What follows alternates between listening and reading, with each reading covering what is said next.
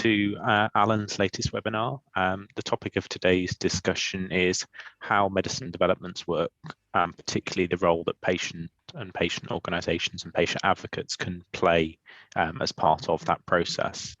It's nice to see many of you again, and I'm looking forward to a really interesting discussion. I'm pleased that we're joined by Jan Geisler, so I think most of you will probably know who Jan is, but for anyone who doesn't, Jan's been an active patient advocate in the cancer space and particularly in leukemia for a long time, co-founder of many organisations, including Alan, but also the CML Advocates Foundation, LeukaNet in Germany, the work group of European Cancer Advocacy Networks, and many other things that if I continue to list, I'm sure we'll be here for the rest of the webinar. So lots of opportunities to listen to Jan's perspective on patient involvement in drug development and the chance for questions as we go. So if you have any questions, then either comment them on Facebook or comment them here in the Zoom chat, and I'll keep an eye on all of those and put all of those difficult questions to Jan at the end. So into the meat of the discussion, over to you, Jan. Thanks for joining us. Thank you so much, Zach, for inviting me to this webinar, and of course, Samantha, for doing all the arrangements to have today's webinar about how medicine development works. Zach has also already introduced me, so I don't need to speak too much about that. But what I actually want to tell in this webinar and want to actually provide is how does medicine's development work, so the groundwork, and then why does patient involvement in clinical research make sense? Then, of course, where you find additional information, like on the EU Party website.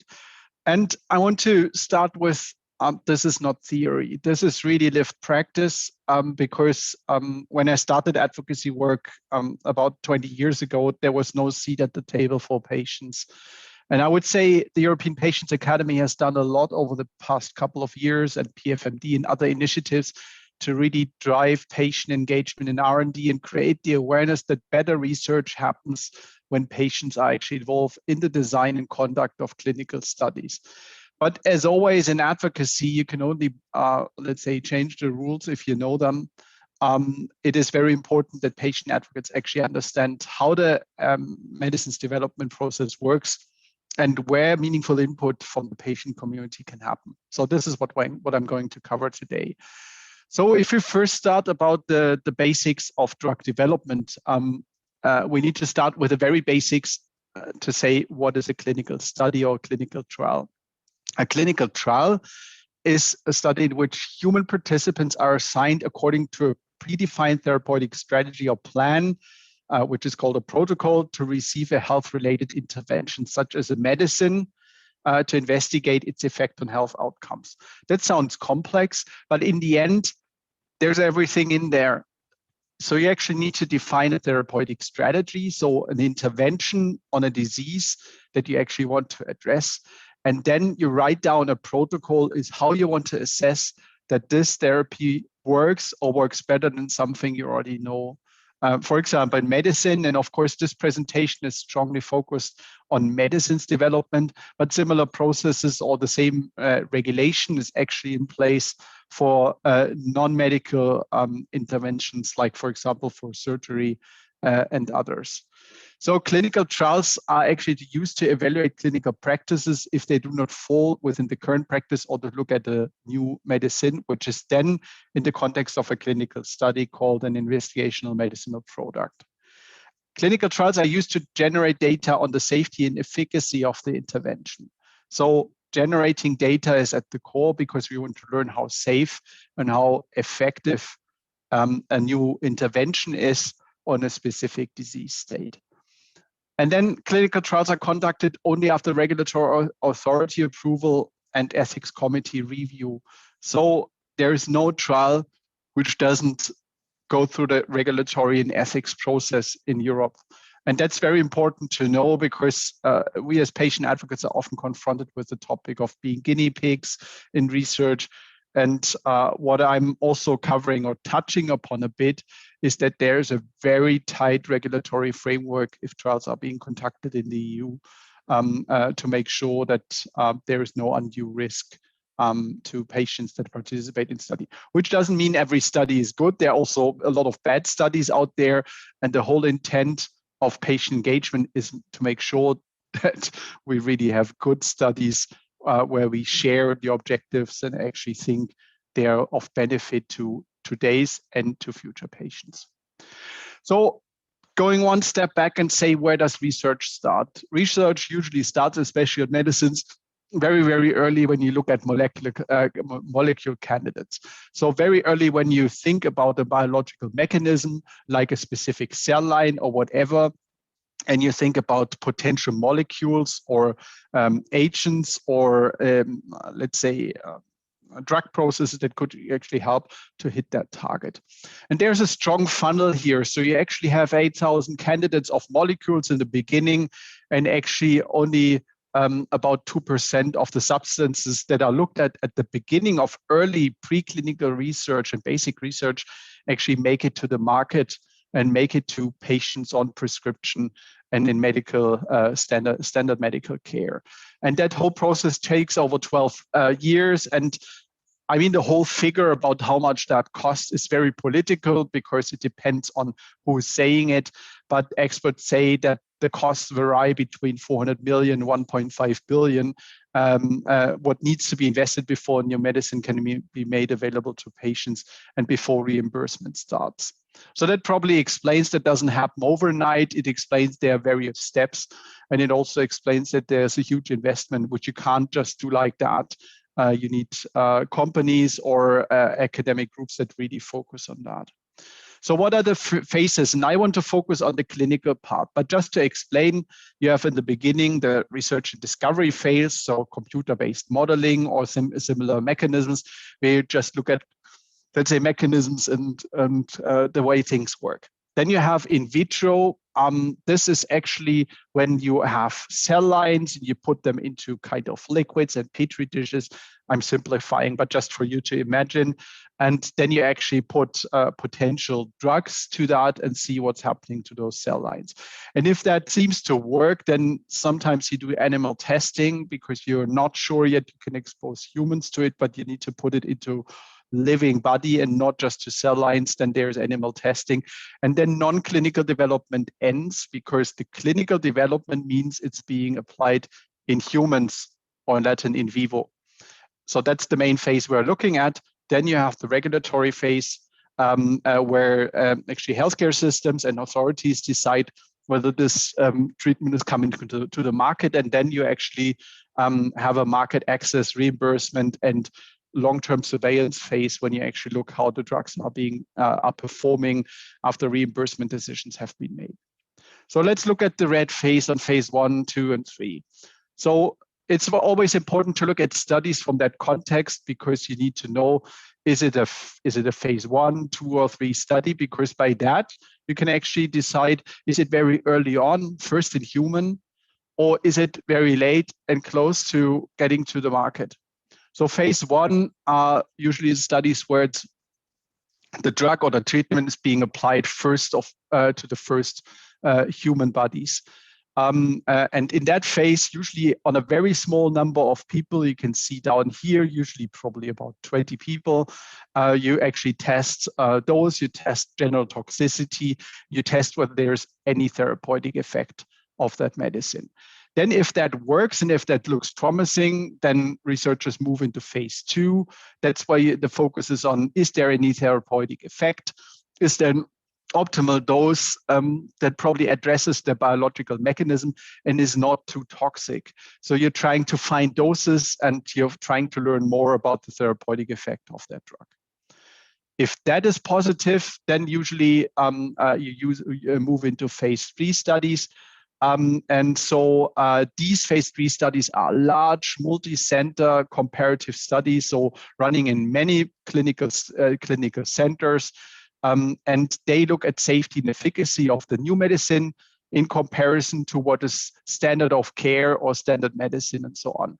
Phase 3 studies are usually run by the manufacturer with a goal to go for market authorization. So really to prove that the drug is at least as safe as the other one, but better or more effective than the other one, or has a different profile which fulfills an unmet need. So you compare in phase 3 studies. If the phase 3 study worked and if the data is positive and can provide a benefit, then actually the manufacturers submit a dossier to the regulatory authority. For example, for cancer drugs, that's the European Medicines Agency in Amsterdam.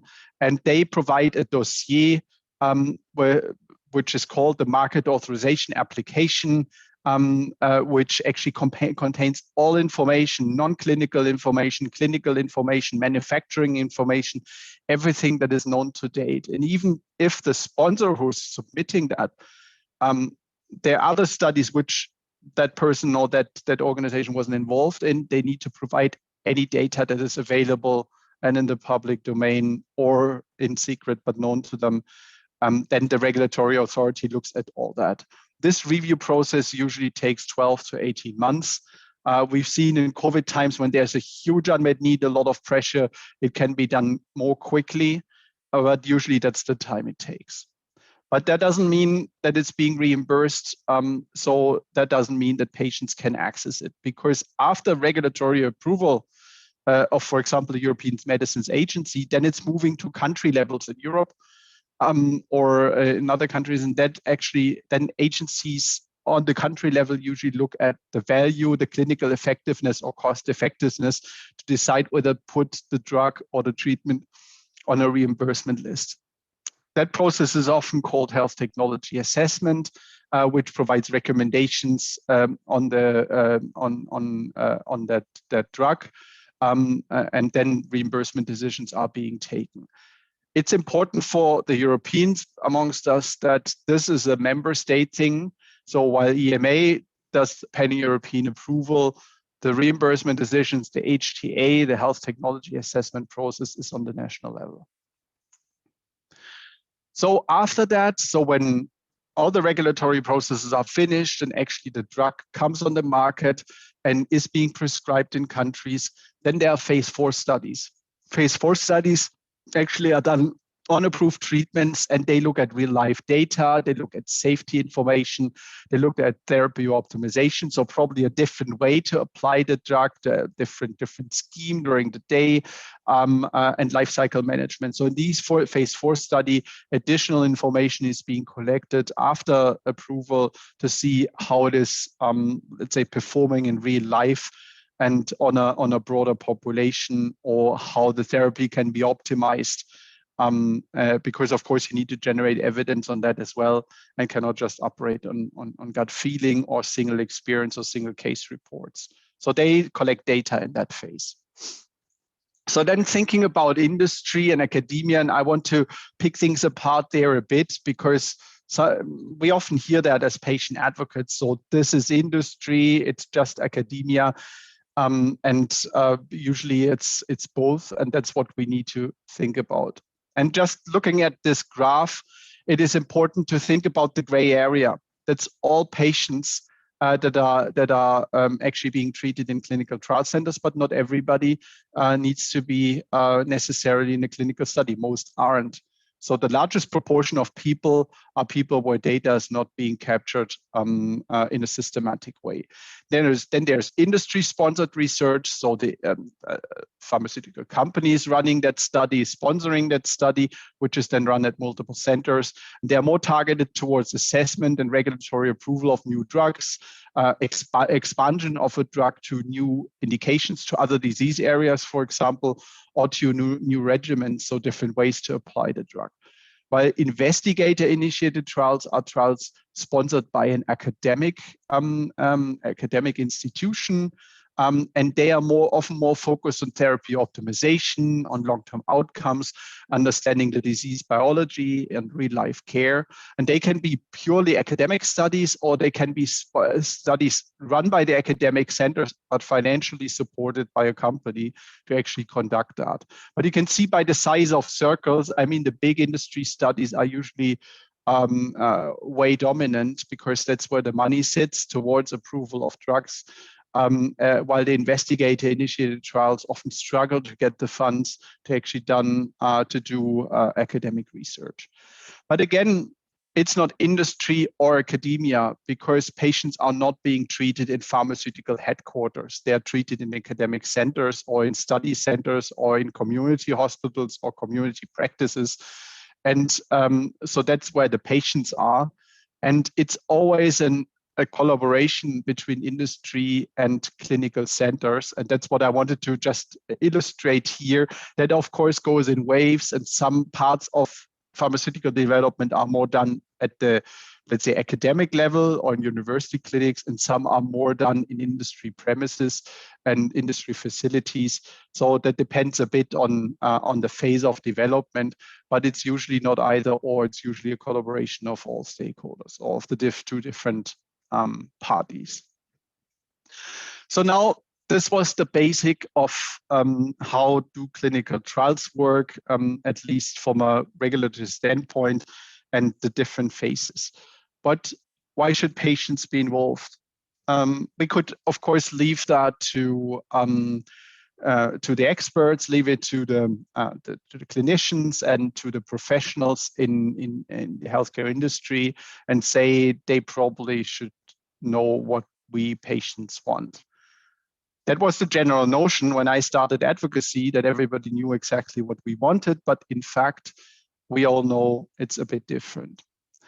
And that has developed over years, because today more and more patients are involved in all aspects of health-related research and policies. So we're involved in competent authorities like the European Medicines Agency or the national regulators, because they actually also invite patient representatives to their different committees when the committees look at, let's say, clinical trial applications or drug applications, market authorization. Then, of course, policymakers involve us more and more, because research policy or health policy needs to be made for patients and not just about patients. So they're increasingly involving us in their committees, in their hearings, and when legislation is being done. Then in research ethics committees, increasingly with a new regulation that is coming into effect, hopefully end of this year, new regulation, patients are increasingly involved in research ethics committees to look at clinical trial applications, to talk about ethical issues in the design or conduct of studies that are being planned. I mentioned health technology agencies, HTA agencies, increasingly in, for example, HTA agencies like NICE in the UK. Patients are increasingly involved when, let's say, the consultations and recommendations are being built.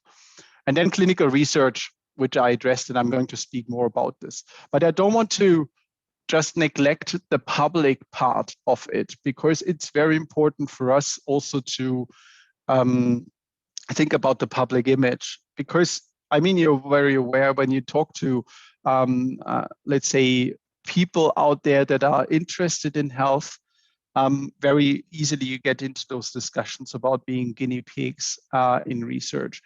And we also, as patient advocates, have a role to play here, because we need to understand the regulatory framework. We need to divide good from bad trials. But we also need to explain how important research is for us as patients, and we need a space to run research to make sure that future cancer patients have a better life, and also the patients that are running out of approved options today.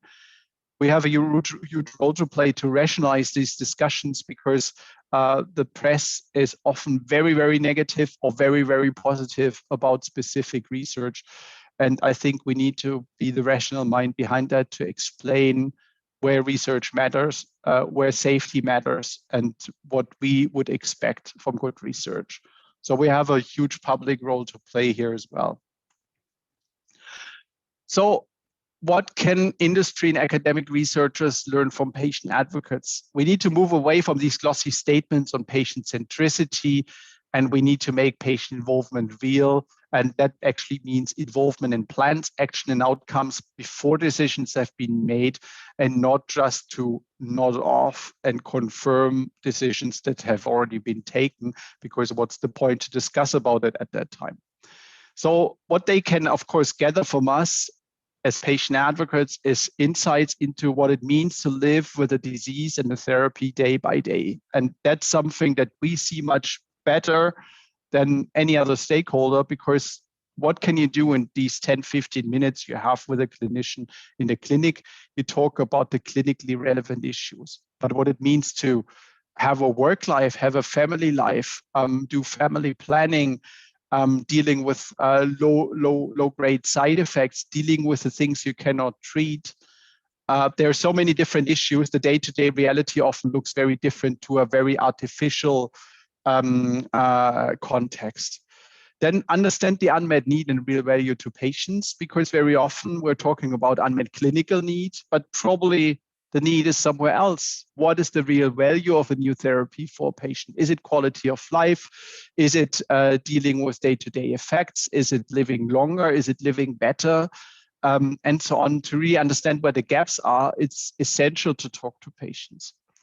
And then, of course, co-create clinical trial services and info resources, because, of course, even though there's a huge amount of money in the research machine here and in healthcare, we all have limited resources, and it doesn't help to set up trials that don't recruit because no patients want to go there, and it doesn't make sense to provide info resources if they're useless to patients. So better investment of limited resources also helps by involving patients, that there's better trial design, more effective research, better data, and of course, better information resources, and so on. And of course, patients can also drive research, as we've seen in the rare disease community, where there was no commercial interest in some of the diseases.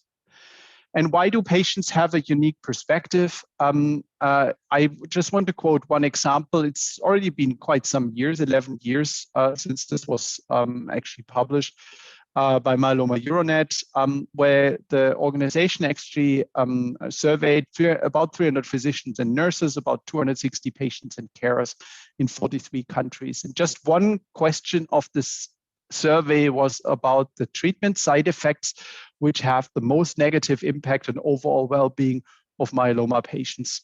And you can actually see the blue curve here are physicians, and the orange curve are patients.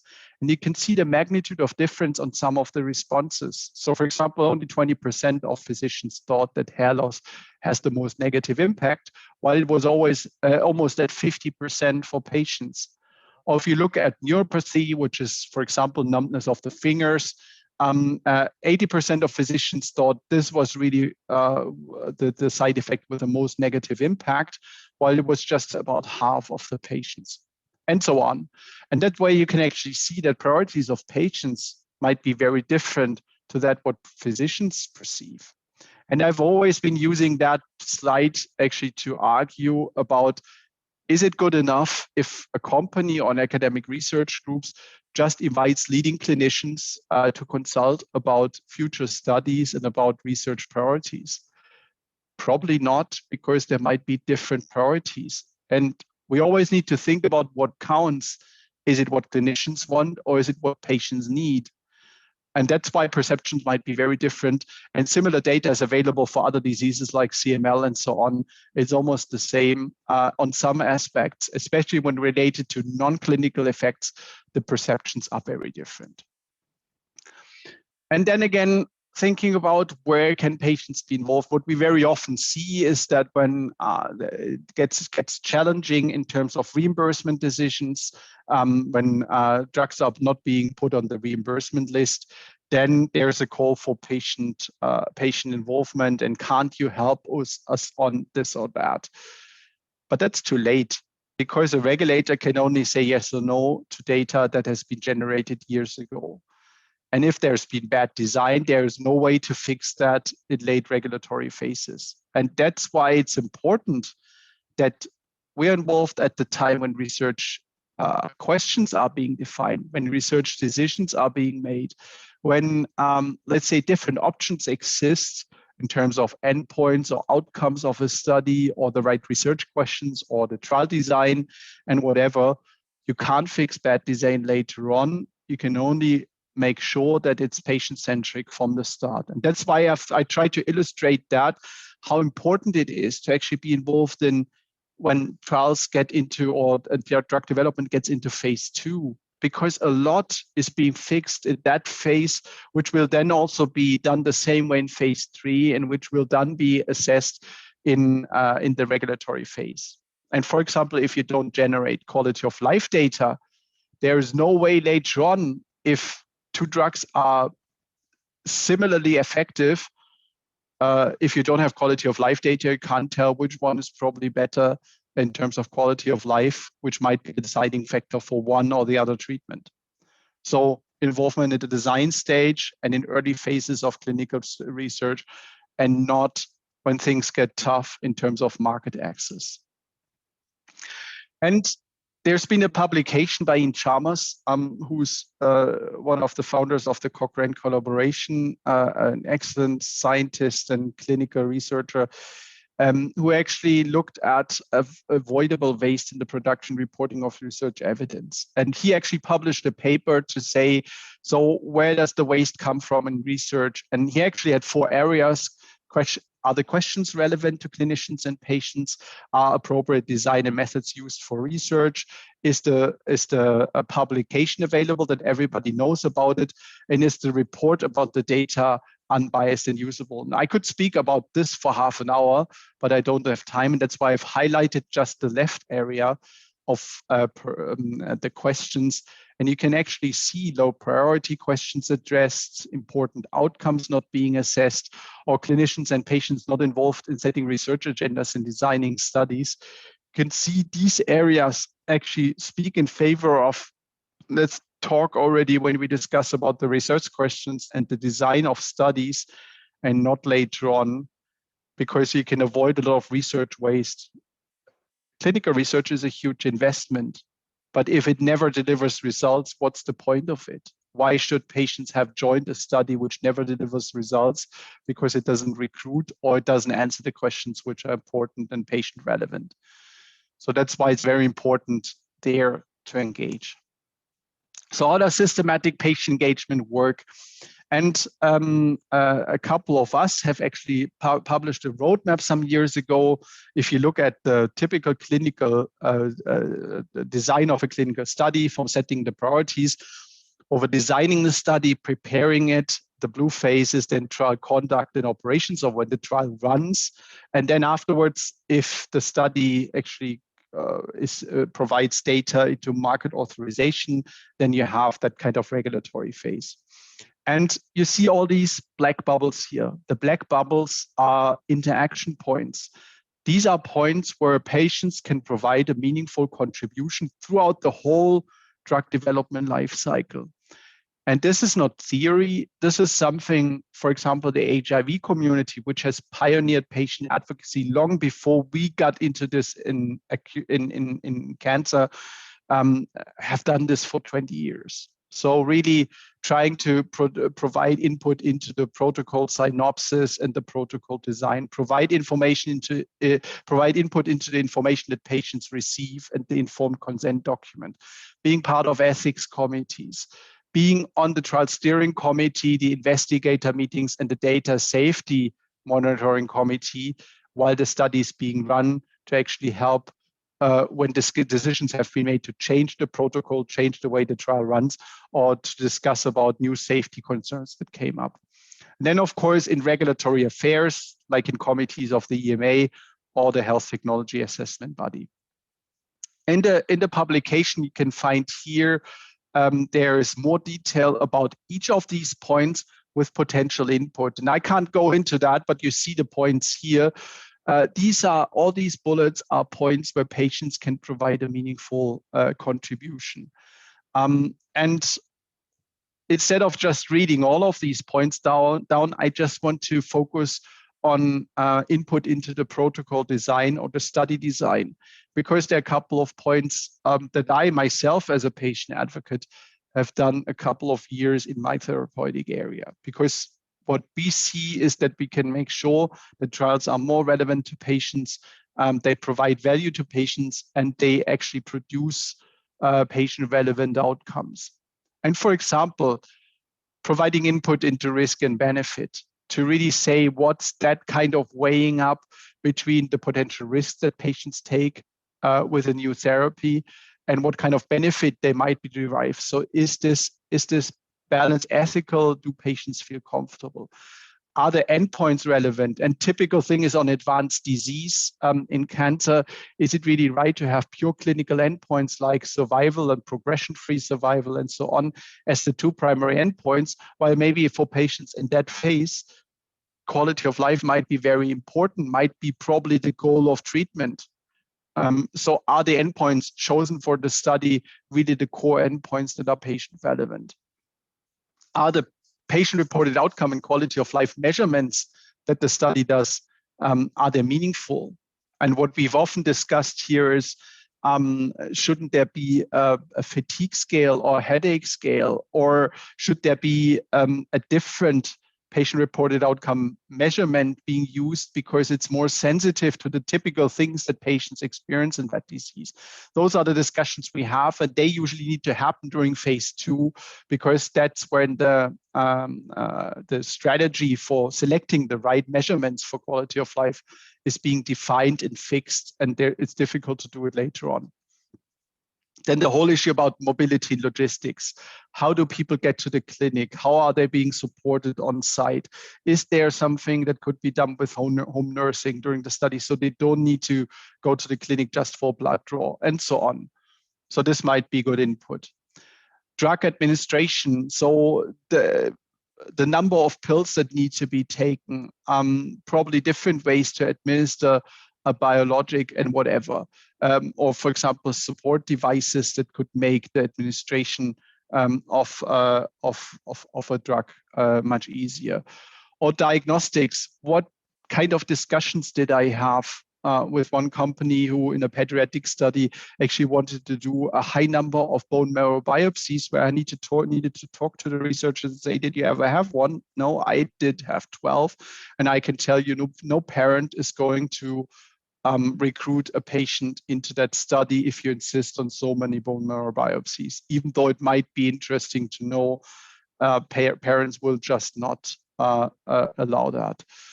And that's why they probably won't recruit their kids into that study. Or ethical aspects, we had the discussion about crossover, where we felt we cannot wait for patients to progress. If the response rates are not good, they need to be able to cross over to a different treatment arm in a study. We had harsh discussions about this, and also the clinicians. It ended up then with a crossover arm being introduced, even though from a purely scientific point of view, that's not advantageous because it's more difficult to analyze the data, and you probably need to recruit more patients, but it might be totally ethical, an ethical requirement to do that. So these are just some practical examples of things that we can provide input on. And also, I don't want to dig too deep on that, but also on that later phase, when we talk about patient relevant outcomes, they of course play a huge role in the regulatory phase later on, where we can actually help regulatory people to understand what the patient-reported outcome or quality of life data really means in the context of living with a disease or treatment. And we can, of course, also help to promote the awareness about patient-reported outcomes and so on, and also in helping the interpretation in the health technology assessment space. So there's a lot we can actually do in patient-reported outcomes, and that really comes back to what I said earlier on, from protocol design, when you design the study, and how data is being interpreted. It's a continuum, and it's often on us to actually remind people that patient access is what counts, not theoretical approval by the regulatory authority, because only therapies that get into patients can actually work. So that's been quite complex, and I'm almost at the end of the presentation, and I know I could only scratch the surface, because of course you can't learn the whole thing about drug development in just 20 minutes. And that's why there's EUPADI. The European Patients Academy is a project that was launched in 2012 as a public-private partnership of 33 consortium members, coordinated by the European Patients Forum with other strong pan-European umbrella organizations being part of that. And the objective of that project was really to build the competency and expert capacity amongst patients, patient advocates, and the lay public to understand the drug development process and the regulatory processes. So EUPADI has developed a whole toolbox of things to actually help people have patients to understand how research works. So there's a toolbox on the internet on eupadi.eu, which is available in 9 languages, and it contains in-depth material, open access about how medicines development works. There's also a patient expert training course,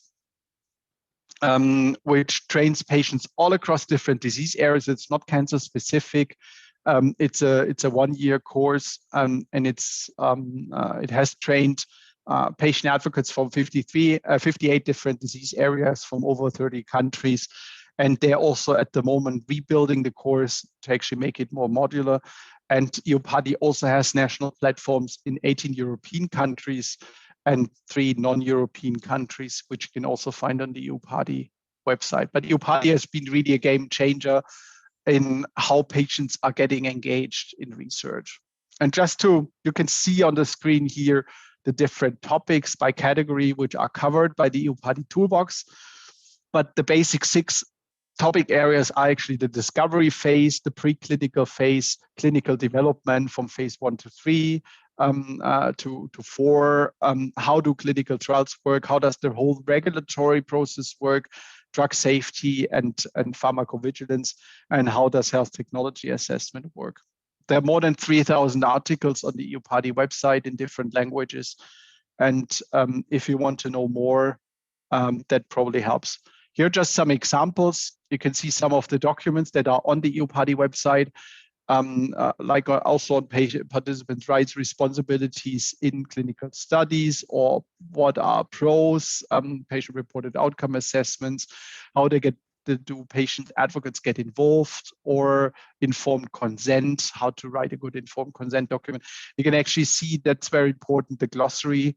There are more than 1,400 medical terms that you come across in research very often, and there's a definition, a lay definition to them. So when you come across a term you don't know, the EUPADI glossary might be able to help you. And as said, it's available in multiple languages. So if you go on top to the EUPADI website, you can see the different country short codes here. So you can access the content also in other languages. And you can actually see here, for example, some content of it in Dutch. So with that, I'm done. I'm waiting for your questions, and I hand back to Zach. Thanks, Jan, for a really interesting presentation. I don't know if you want to stop screen sharing just so we can kind of see each other a bit more in the discussion. So just a reminder to anyone, if they still have questions, we have time for them, so please post them in the Q&A and chat, but a couple to kick us off. So you talked, Jan, a lot about patient involvement. When we talk about patients, and particularly patient involvement in clinical development, what do we mean by patients? Do we mean individuals who've been affected by a condition? Do we mean patient advocates? Do we mean patient organizations? And do each of those have a different role to play? Absolutely, and it's good that you're raising this, Zach, because they're basically, you've mentioned the categories, but just to explain the difference between them. I mean, patients or carers are usually people affected or living with a condition or with a specific therapy, and you want to ask them about their subjective experience. So I sometimes say, if you want to know what grade 3 diarrhea feels, ask somebody who's had grade 3 diarrhea, because that's where you need the personal experience. But sometimes our roles are getting different. So if we talk about patient advocates, they are patients or carers, or maybe not affected themselves, but they have a huge outreach into the patient community. So they understand the different needs of the community, that this group might be needing that, and that group might be needing that, because they're in touch with all the patients day by day. So these are usually patient advocates who understand, who have community insight, how we call it. Then you have patient organization representatives. They might be officials of a patient organization, might be patient carers or advocates, and they actually represent an organizational institution or an opinion of a patient organization. Then you have patient experts, which could be any of the other categories, but they have been trained on, let's say, for example, R&D. And the reason why I'm saying this, usually everywhere you go, people talk about, let's talk about patient involvement. And one of the first questions I often ask is, what do you mean by patient? Can we be a bit more precise? Is it a patient advocate, a patient organization representative, a patient in care? What type of input do you want, and who's the right from the patient community to contribute to this? Thanks, Jan. And it's good to hear that's usually your first question too, because it's obviously my first question. I mean, the second one really is another pushback that I hear quite a lot is, but if we just involve individual patients, that's just going to be their opinion. And why is one person's opinion any more valid than another person's opinion, or more valid than, say, clinical trial evidence? What's your response when you get that kind of question? Well, I mean, I see the point, and that's why I'm saying it's so important to have community insight. Community insight means that even though I am a CML patient, I've been on this and that therapy, I need to think about what other patients actually would need. And I get a lot of insight by running the online forum and doing advocacy for CML Advocates Network to actually differentiate between what I am and what my experience is and what the community wants. So that, first of all, is very important. Of course, we've learned and we know that healthcare is a very data-driven business. And that's why we need what we call evidence-based advocacy, where we say we have opinions, we have emotions, we have experience, but actually to really say that probably 23% of the patients above 60 probably see their priority more on quality of life, as an example. That's data. That's the power of data, where we go back to our community and say, let's run a survey, let's generate evidence, let's underline our opinions as advocates with evidence that we generate from our community by running surveys or doing it at patient meetings and so on. That helps tremendously to disable that kind of argument, or that we're just speaking on our own behalf instead of really bringing evidence to the table what patients really want. And one of the other areas where I kind of see a really difficult balance is, do you as a patient advocate or as a patient organisation go and generate evidence on a topic, or do you get involved in, say, a clinical trial and make sure the evidence about quality of life and what matters to patients is important there? I mean, clearly the answer is both. You try and do both of what you can. But kind of focusing really on the patient-reported outcome measures element of it, you talked a bit about this in your presentation, but why is it so important that we're using patient-reported outcome measures in trials that reflect what matters to patients, rather than just necessarily using patient-reported outcome measures that we've used for a long time?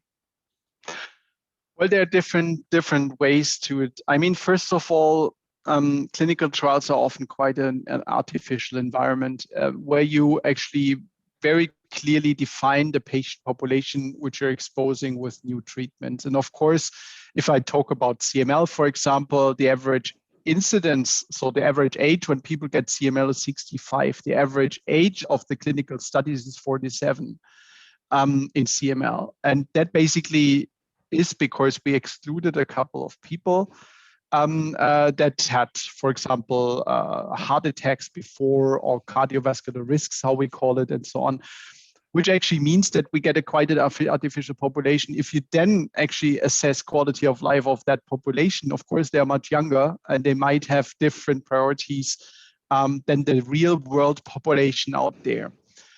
And when I mentioned that, I think it's very important for us to assess what is the quality of life of patients out there on average, with all the comorbidities and all the different challenges that patients face. And that basically can be done by the patient organization outside of clinical study. And so, I mean, I agree to you, Zach. it's both important. We need to make sure that in studies, we do proper quality of life assessment with instruments that, let's say, relate to our challenges and that completely capture the issues that patients face.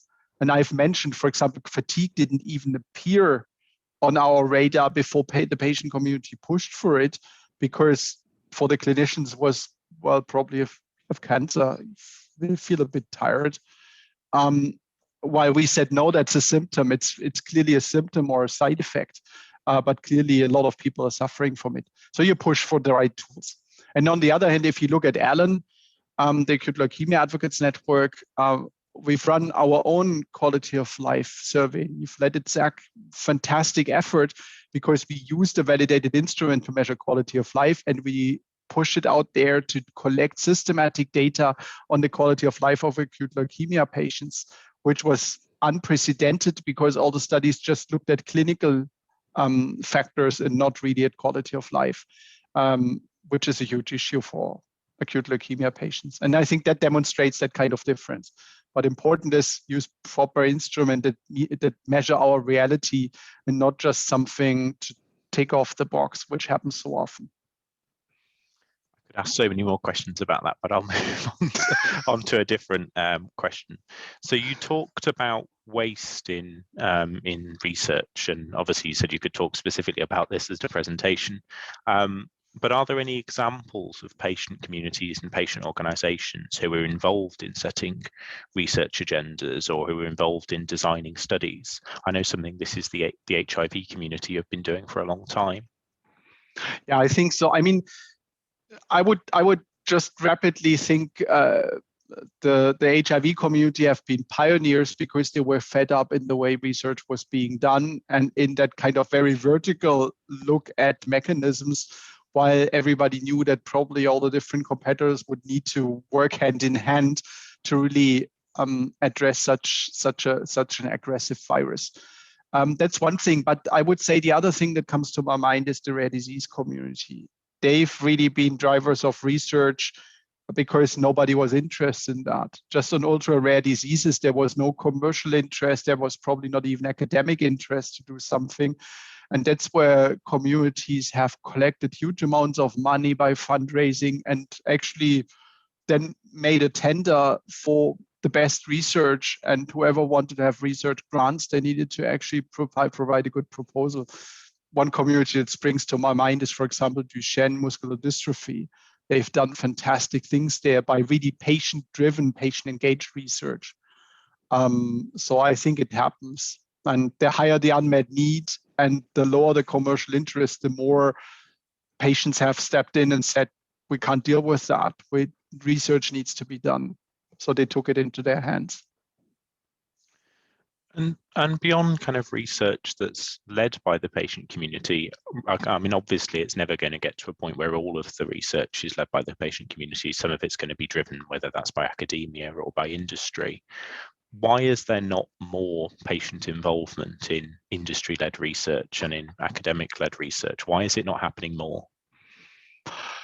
Well, because changing directions is painful. And I mean, that's the difference between the glossy statement and real involvement. I would say we're at that tipping point in some disease areas where it's more risky not to work with patients and looking at their needs properly than working with patients. Over the past years, it's been really a challenge because there are, of course, a lot of hurdles, legal hurdles. Companies shouldn't be advertising to patients. There should be no supporting patients to do that work is really tacky. There are a lot of ethical and compliance issues around that, but I think we've overcome them in the last years.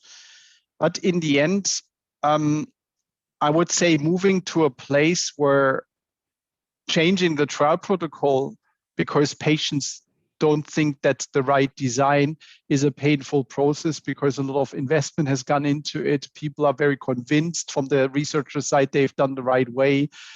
And that's why very often engagement happens when decisions have been taken and you can only talk about the nitty-gritty. I mean, introducing a crossover in a design is quite a strong change in a design, and which probably delays the first patient recruitment. But the good thing is that in the meantime, there is data about the financial value of patient organization involvement to say, for example, you need to amend the trial less often, you need to change the protocol less often because you see recruitment doesn't work. You probably bring it to the right centers where patients really want to join and not where all the companies are competing for the same patient population and so on. So there's also a benefit for the companies, but very often because they are financially driven, they need to understand how the key performance indicators for patient involvement is. And I would say a lot has been achieved in the last 2 years to bring more clarity on the business front, while it's not only an ethical obligation or a nice to have to involve patients, but why it makes sense from a business point of view to avoid wasting billions of investment by trials that don't work, don't deliver, or will never lead to reimbursed therapies because patients don't like them. So one of the questions we've had here in the Q&A is around evidence-based advocacy and evidence practice and how this can help research, how this can help support research and make sure it's patient-focused. So how this should be implemented, or what's the question? So, well, how does evidence-based practice and evidence-based advocacy help in research? And I'm assuming how it can help complement. Well, if you just take the example of informing the design of a clinical study, I mean, you can of course go there and say, I think you should look at quality of life measurement from this or that perspective. And there is a headache scale because the patients in my local support group often report about headaches. That's a way to do it, but then they will just disregard that for incidental knowledge. Or you can say, I've run a survey of 1,500 patients with that disease or with that, let's say, target, or with that kind of characteristic, and about 17% complain about regular headaches at least once a week. I mean, who do you think they're going to listen to? The one saying we should have headache in there because my local support group is saying that, or whether you say 17.5% of the patients we serve actually suffer from that once a week. That's the power of data, I think, to prove your point. And it doesn't need to be highly sophisticated data that you gather in a very complex way. It can also be a simple survey. It's just the point that you can prove that it's not Jan Geisler's personal opinion coming to this committee, but it is actually, I bring evidence from the community, I bring community insight. That's the power of evidence-based advocacy. And that works in clinical research, but it also works with regulators. When you know that a new therapy is moving into regulatory assessment, then think ahead what kind of patient preference study data or what kind of quality of life data you might want to generate to go into that appraisal in 2 years' time when the questions are being raised, because you can already anticipate the questions from a patient perspective that might come up. So these are the things that I think are quite practical.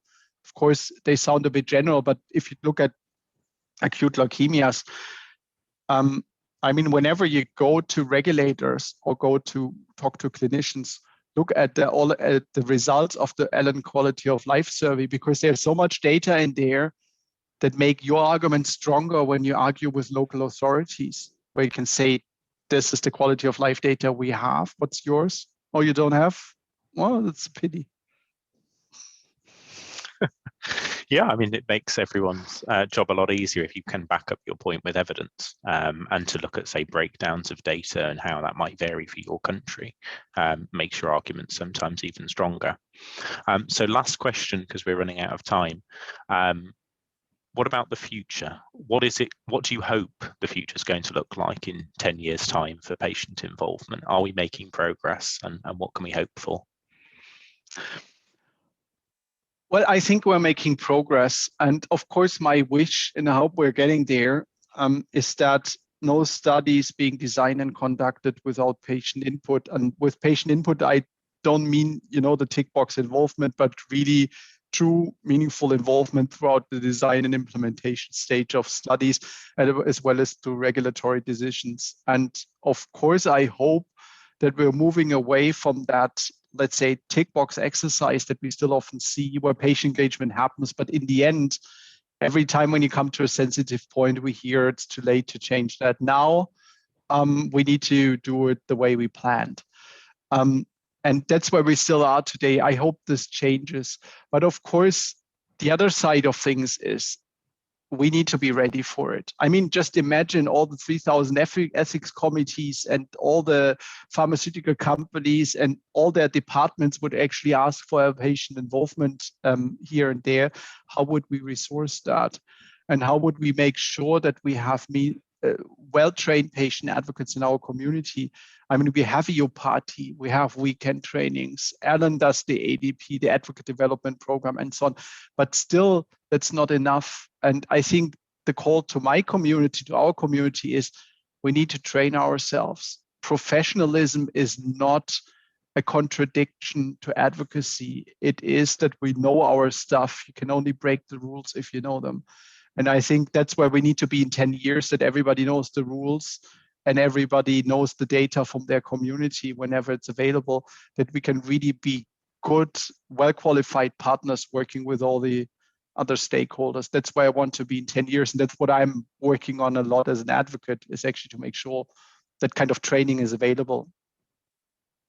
Okay, I think that's a really positive place to end it, because it can be quite difficult to be positive about patient involvement in clinical development sometimes, but we do have hope for the future.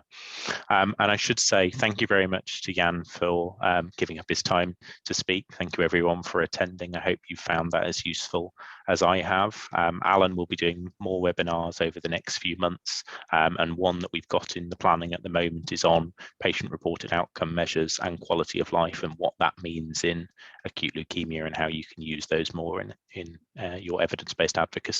So I think that's really complementary to all of the things we've been discussing today. So nice to see all of you. Thanks again to Jan, and thanks for everyone for joining. Take care and see you again soon. Thank you so much, Zach, Samantha, and the whole board for doing all the great work in Alan. That's really fantastic. Thank you for attending.